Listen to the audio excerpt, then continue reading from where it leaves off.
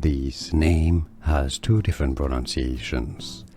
This generally refers to as a city in Lebanon, and it's a biblical name as well.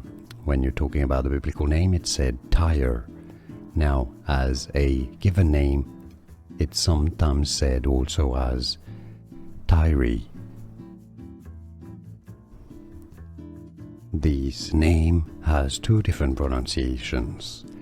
This generally refers to as a city in Lebanon, and it's a biblical name as well.